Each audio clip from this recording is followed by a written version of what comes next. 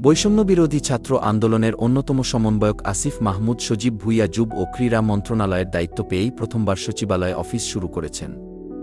দায়িত্ব নেওয়ার প্রথম দিনেই ৩টি গুরুত্বপূর্ণ সিদ্ধান্ত নিলেন এই উপদেষ্টা। আজ রোববার ১১ই আগস্ট সচিবালয়ে সাংবাদিকদের সঙ্গে আলাপকালে উপদেষ্টা আসিফ মাহমুদ জানান, প্রথম দিনে আমরা ৩টি বিষয়ে সিদ্ধান্ত নিয়েছি, যার প্রথমটি হল যুব ও ক্রীড়া মন্ত্রণালয়ের অধীনে শেখ হাসিনা জাতীয় যুব উন্নয়ন ইনস্টিটিউট আছে, এটার নাম পরিবর্তন করতে চাই, যেহেতু বাংলাদেশের সহিংসতার সঙ্গে শেখ হাসিনার নাম জড়িত আছে। অনেক শিক্ষার্থী ও জনতা মারা গিয়েছে।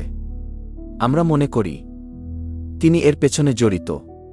সেই জায়গা থেকে শুধু আমাদের নয়, প্রতিটি মন্ত্রণালয়ে এটা করা হবে। তাই শেখ হাসিনা জাতীয় যুব ইনস্টিটিউটের নাম পরিবর্তন করে আমরা এটি বাংলাদেশ জাতীয় যুব ইনস্টিটিউট করছি। দ্রুতই এটা সম্পন্ন করা হবে। নারী টি-20 বিশ্বকাপ প্রসঙ্গে আসিফ মাহমুদ বলেন, এরই মধ্যে আমরা বিসিবির সঙ্গে কথা বলেছি। সবচেয়ে গুরুত্বপূর্ণ হচ্ছে নিরাপত্তা নিশ্চিত করা। এই বিষয়ে আমাদের কিছু কাজ করতে হবে। আমি আজকেই প্রধান উপদেষ্টার সঙ্গে এই বিষয়ে কথা বলবো। তিনি যেহেতু একজন ক্রীড়াপ্রেমী মানুষ, তিনি অবশ্যই আমাদের সহায়তা করবেন। আমরা এই বিষয়ে সবার সঙ্গেই কথা বলবো। কিছু দেশের ভ্রমণ নিষেধাজ্ঞা আছে, সেগুলো যাতে দ্রুত সমাধান করা যায়।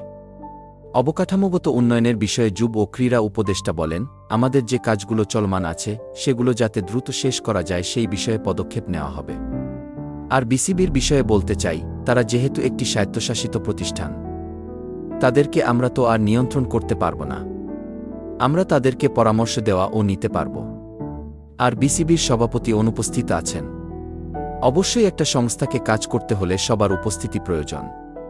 সভাপতির মতো গুরুত্বপূর্ণ দায়িত্বে যেহেতু তিনি অনুপস্থিত আছেন, তাই আমরা বিসিবির যারা পরিচালক আছেন তাদের সঙ্গে কথা বলেছি। তারা আইসিসির আইন মেনে যেটা করার সেটাই করবেন। পাশাপাশি অন্তর্বর্তীকালীন সময়ের জন্য কাউকে নিয়োগ দেওয়া যায় কিনা সেই বিষয়টিও দেখতে বলেছি।